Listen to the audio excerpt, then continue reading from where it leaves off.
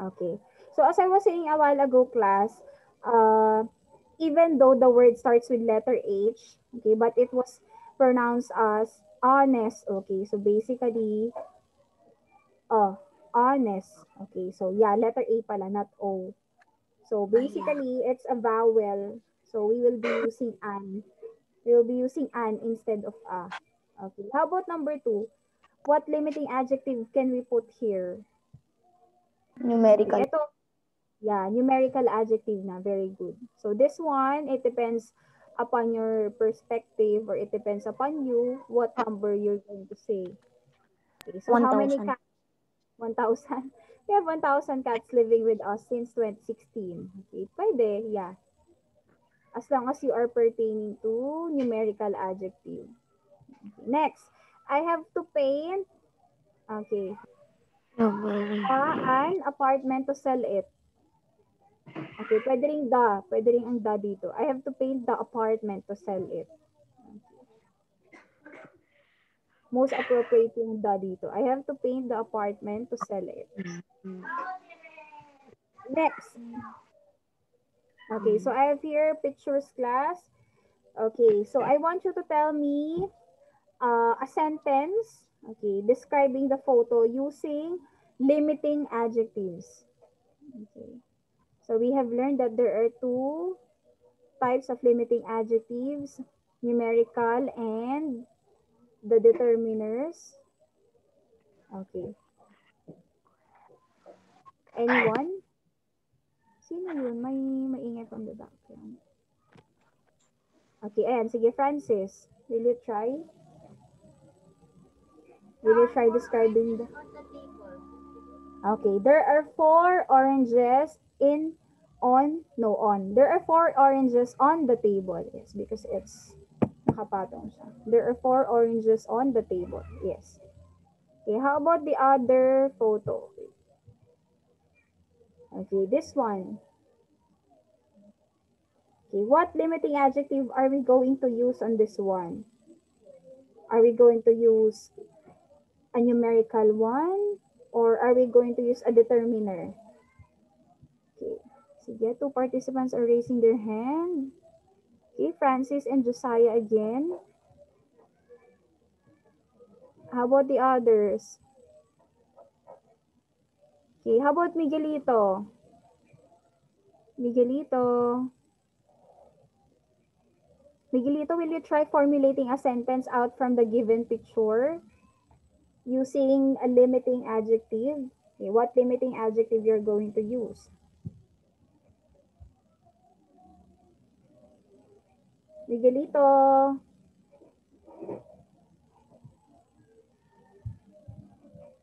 Okay, sige, para mabilis yung mga nag-raise na lang ng hand ang tatawagin ko. Okay, sige, si Josiah. Josiah? There a girl is crying on the stairs. Tama. A girl is crying on the stairs. So, there is an example of limiting adjective. Very good. A girl is crying on the stairs. The also is an example of limiting adjective. Third one. Okay. Who wants to try? Okay, numerical adjective ang gagamitin dito. Okay, Josiah again. Okay, how about Tamara? Okay, Tamara is raising her hand. Tamara? Sir, there are 3 chickens. Okay, can you describe the chicken further? Can you describe the chickens further? Aside from there are 3 chickens. Okay, so there are 3 chickens with different colors. Okay, so you can say that. You know what, class? You should be trying to be creative because you're already in grade 6. And you know what? Simple sentences is very common. So you should be, leveling up yourselves because you're going to high school next school year. So kung ganun pa rin yung mga type na sentences na create nyo, you'll get low scores with your essay because there are numbers of essays to be created when you go to high school. Okay. The third one, we have demonstrative adjective, the third type of adjective. This shows the possession of a noun. Okay. Example, these accessories which Don had inherited belong to his ancestors. Okay, how about the other one? These, basically, the first this, okay, requires plural noun, and then this is for singular. This house belongs to his parents. Okay. It shows the possession of a noun. Okay, these are the four demonstrative adjectives that we have. Okay. This, that, this, Pwede and those. babalik lang, Sir. Okay, sige po. Okay, kung saan nakalagay.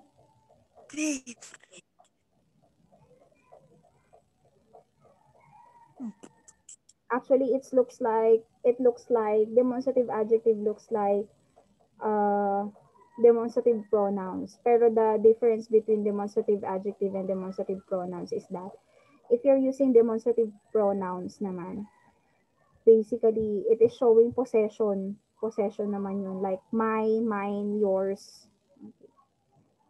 And it doesn't come before a noun. Hindi siya ilalagay before a noun pag demonstrative pronoun. Okay. Anyway, okay, here are the following examples. This chair is broken. That car is expensive. These clothes are wet. Those birds are flying south. Okay, so what is the difference between that and those? That car, okay, na ituturo pa niya. Pero pag those, it is unreachable. Okay? Those birds are flying south. Na ituturo niya pero hindi niya, what do you call this? Hindi na mahawakan. Yes. Parang ano, parang, yes. Parang iyan. Iyan ang bag ko. Pag iyan, medyo malapit pa.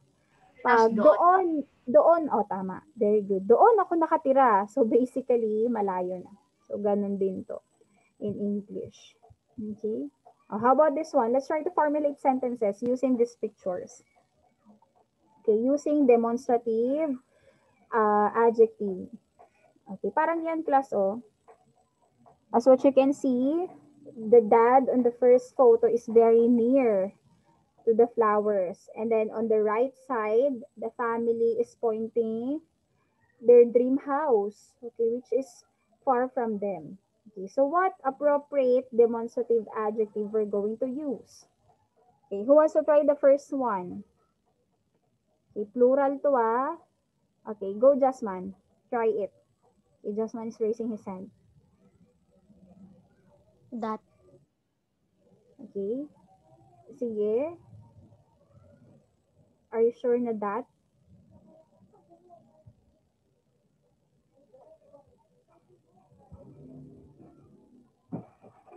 Okay, you may use this. Okay. Jasmine? Sige, this na lang gamitin mo kasi marami naman.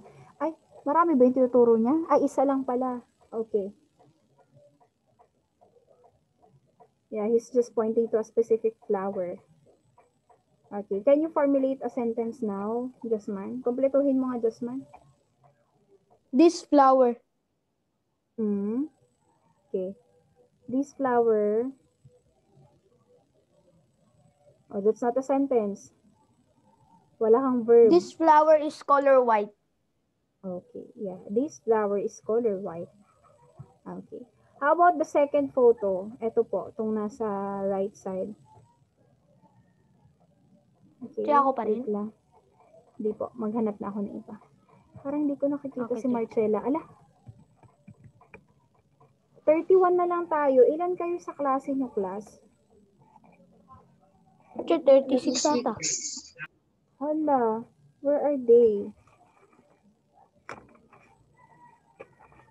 Grade 6.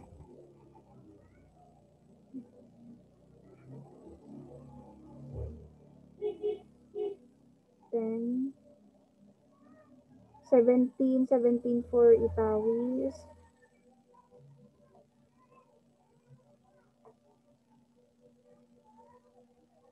$35 kayo lahat. So, may 4 na nawawala. What happened kaya? Sir, sabihin ko sa GC. Yeah, tell them to come. Okay. Anyway, for the second photo on the right side, anyone? Okay, Roman. Sige, Roman. Roman is raising his hand. Sir, that house is big. Okay, that house is big. Or you may also want to use, oh yeah, that na lang. Wala ka naman pwedeng magamit dito. This, those. Okay.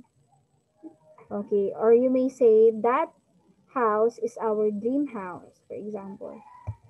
Okay, last, possessive adjective. Okay.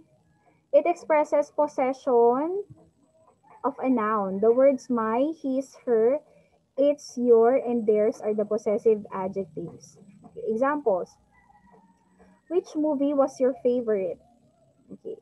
These accessories, which Don had inherited, wait, I cannot read it, belong to his ancestors. Okay. Bakit belong? Kasi accessories yung subject dito.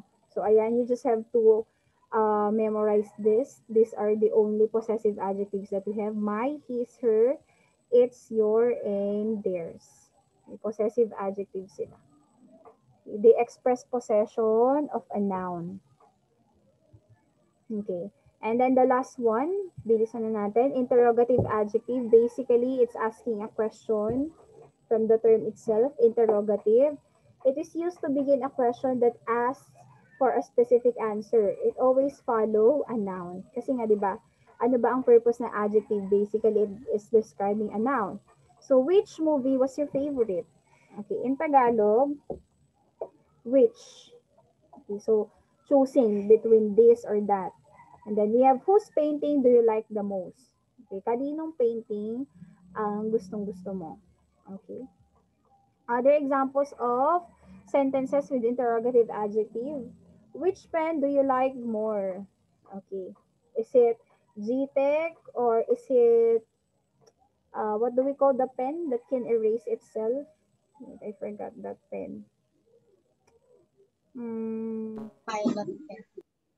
Is it a pilot? The one that can erase the writings. Okay. Pero may So wait, specific pwede na pa tawag balik doon, yung diba? slide. Ito yung previous na. Okay, sige. If you want to screenshot it. Pero ito nasa book ito. Yung Sir, examples ang thank you. wala sa book. Okay. And then we have, okay, other examples. Wait, nawala yung camera ko.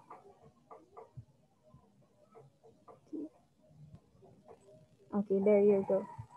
We have here other examples. What books are you buying today? Okay, I'm going to buy fiction books. Okay, fictional books, pwede rin.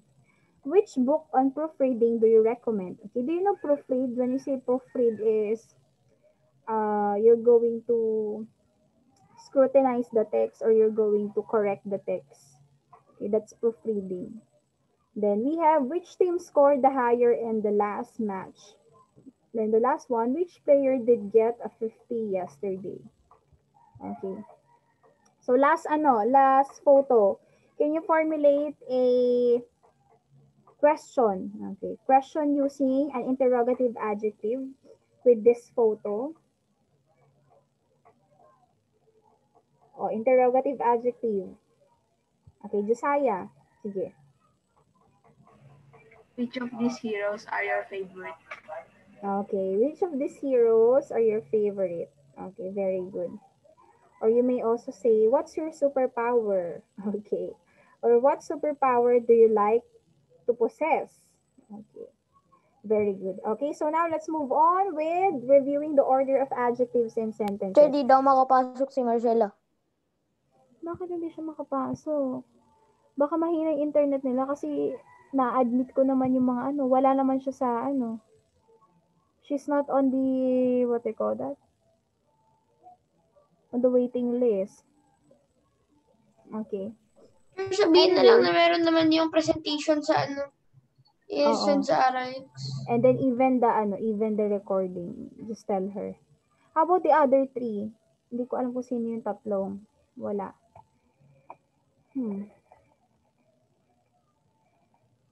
Angela? Is Angela here? Nakapag-stay ba si Angela?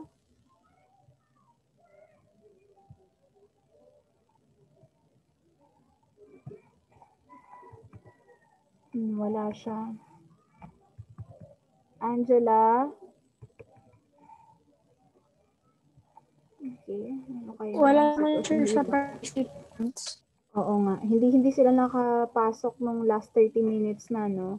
So, bali, kung 1 hour, 30 minutes lang ang naabutan nila. Sino pa? 31 na lang tayo. Angela. Sino yung mga kapapasok lang kanina? Kezaya? Ay, wala rin si Kezaya. Kezaya also. How about 30? What? Norvin. May problema ba ang mga internet nila today? Norvin? Andito naman si Norvin. 31, 32, 30, 34. Oh, kulang pa ng... Actually, 35 kayo plus me. So, bali 36 tayo dapat lahat. Diba? So, may 5 nawawala. Polo is here. Sino pa kaya? Oh, John Carlo. John Carlo is also here. John David. Meron rin. Okay, I wonder who are these people. Wait. Hindi pwede ito. Hindi pwedeng parating may nawawala. Okay. How about Kaiser? Lorenzo. O, wala rin siya.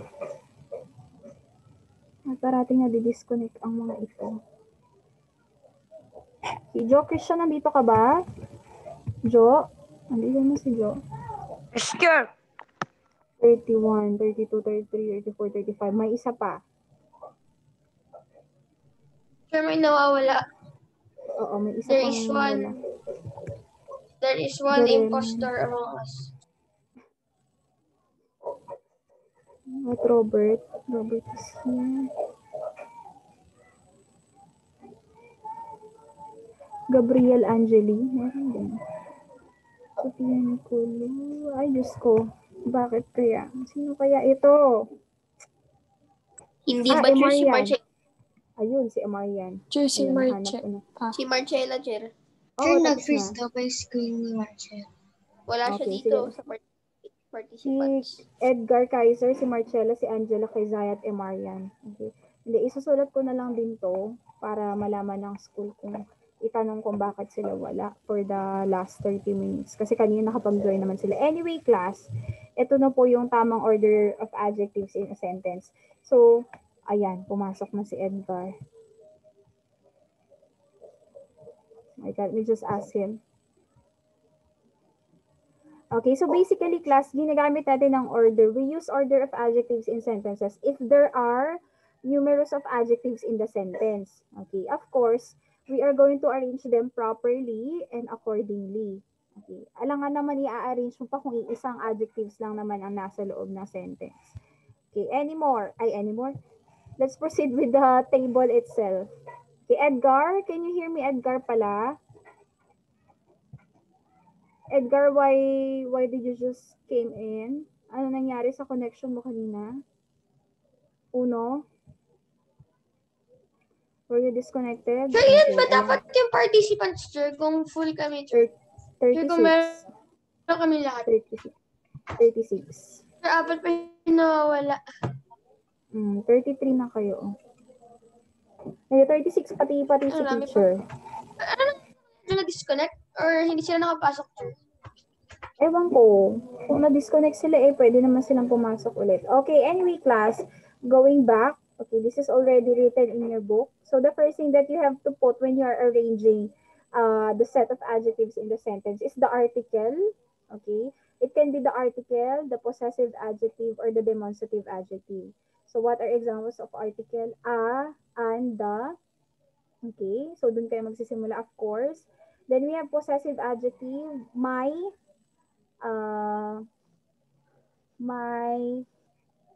Okay, what else? Our possessive adjectives, katatapos lang natin. Then we have demonstrative adjective, that, this, those. Okay, this, yung mga yon, yun yung simula. Then we have the second one, number. Okay, 4, 7, 1, 2, 3, 4, 5. Okay. Then third is observation. Actually, itong observation hanggang sa may shape class are all examples of descriptive adjective. So, lahat na to descriptive adjective ang gamitin natin. Okay, observation. This is your opinion towards the, ito na yung opinion mo towards the thing that you are describing in the adjective, in the sentence. So, mesmerizing, lovely, what else? Kita Mara, nag-annotate ka, nakita ko. What else? Far. Okay, for example, you are trying to describe a school. Far. Intricate. Okay, do you know what does intricate means? The design is intricate. Okay, observation din yun. When you say intricate, it is very detailed. The design is very detailed. Okay, then we have size. For the fourth one, size, example of size is massive, tiny, small, big. Okay, what else? Medium, large. Okay. Tall, grande.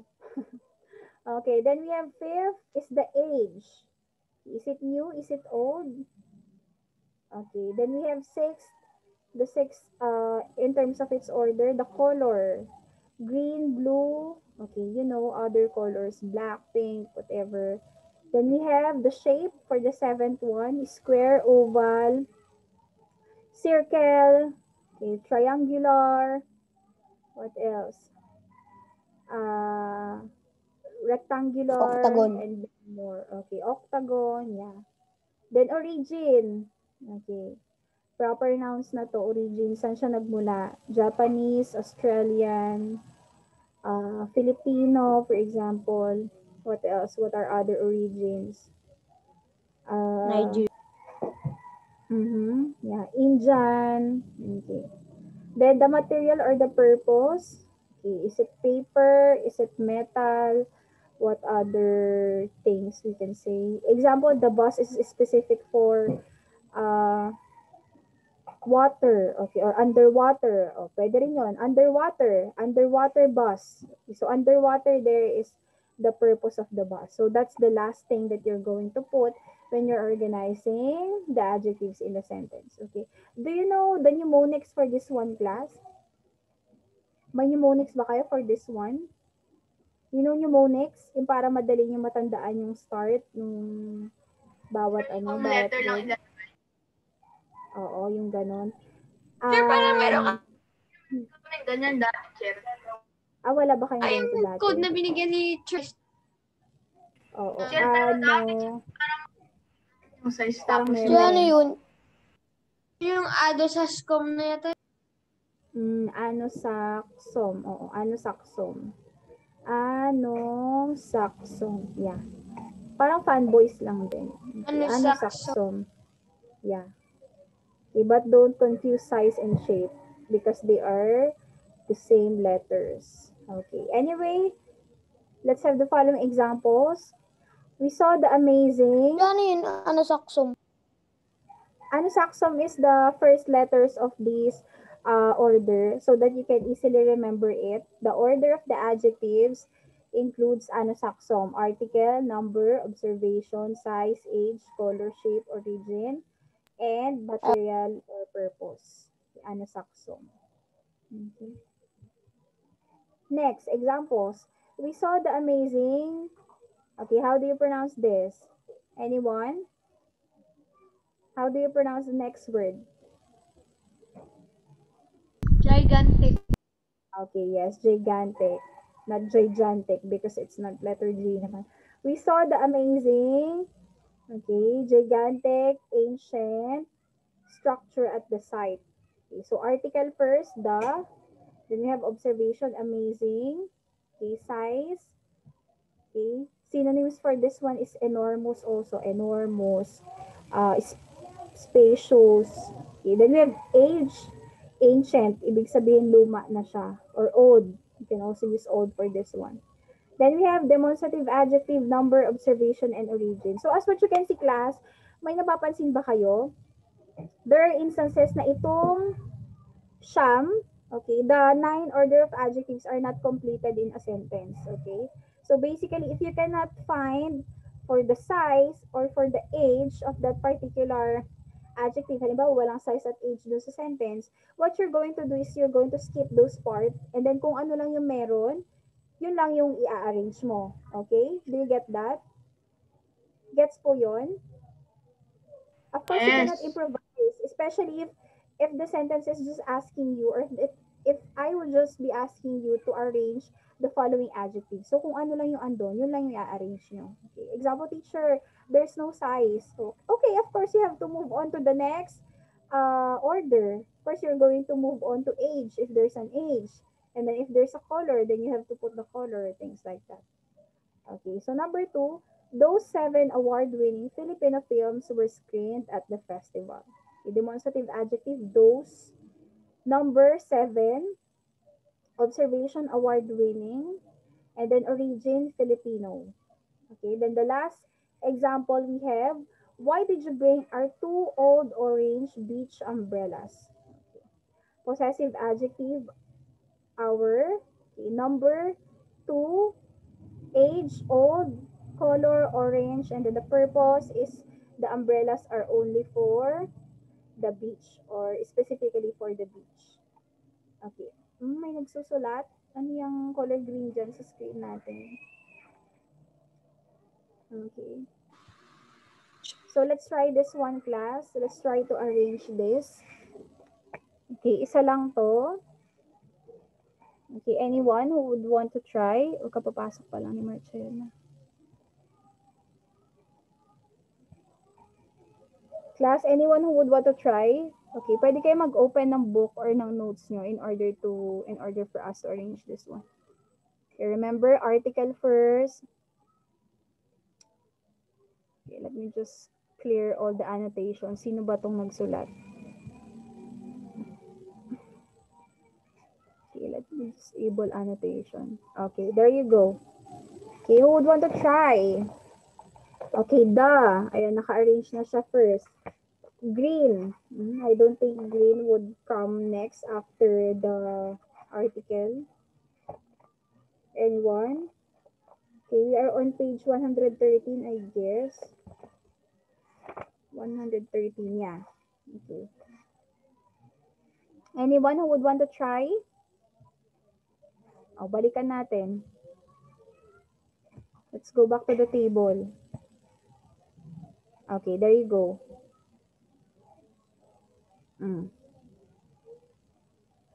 Ay, hindi pala yun yung table.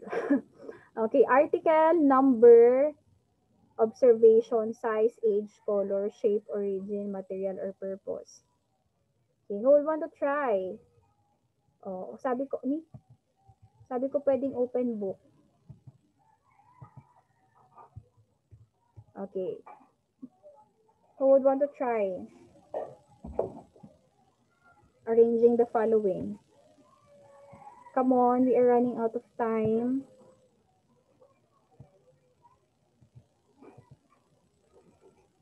Okay, who have their books with them? Do you have your books with you? Okay, sige, Gabriel. Gabriel is nodding. Gabriel, will you try arranging the following?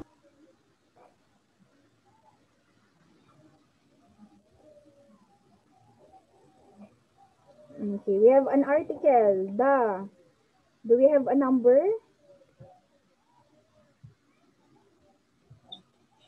Yung walang number. Okay. The next, walang number. Observation. May observation ba? Is it new? Age is new. Pero wala. Okay, so wala. Next, size. Do we have a size? None. Walang size. There's a size. Spacious. Yeah, spacious. When you say spacious, it's big. Si teacher na nag-arrange. Next, age. What is the age of the bus? Sir, wala. There is an age. New. Oh, new. Wala kayo. Oh, what's the color? Sir, green. Green. Okay. Shape. Is there a shape? Sir, wala. Okay. Origin. Is there an Sir, origin? wala. Oh, wala rin. How about the last one? Material or purpose? Okay. Material, it's made of silver made. Okay. So, oh, yes, silver made. Who would want to try? Oh, yeah, na-arrange na. Nasabi na natin. Who would want to say the complete sentence with the correct order of adjective? Anyone? Sige na, class. Okay. Ayan, sige, Josiah. Josiah is raising his hand. The spacious new green silver-made bus was bought by my uncle yesterday. Okay, good job, Josiah. That's right. So, tama yung pagkakasulat natin. The spacious new green silver made. Okay, very good. That's the correct answer. Okay, so you may want to take a screenshot of this one. Example nyo in the future. Okay. Anyway, class, that's the end of today's discussion. I hope you learned a lot. Okay, by the way, there is a seat work in your IRLAKES. Don't worry, it's good for 7 days. So you have to answer pages. Wait, let me check your book. Pages 112 to 113. Okay, what are you going to do?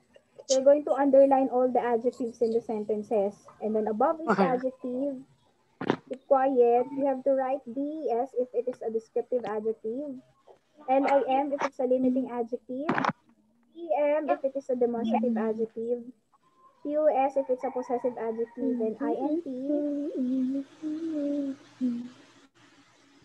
Okay, do not sing on my class. To what page po? Page 112 to 113. And then the other one is 114 to 115. Okay, in 114 to 115. 112 to 113. Yes, nasa ano nyo na po. It's already in your IRLAKES. It's already posted.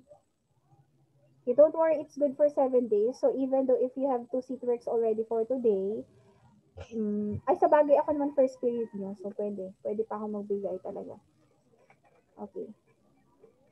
And then the other seat work class would be asking you to arrange the following adjectives in their correct order, just like what we have done on this particular lesson. Okay. Pero if it's already on its correct order, you don't have to arrange or rearrange them anymore. Okay. So that's it, class. Let's call it a day. Goodbye, everyone. Yeah. You have to do it and then attach the photos. Kaya anong page yan? Nakasulat po sa IRLAKES. Hindi ko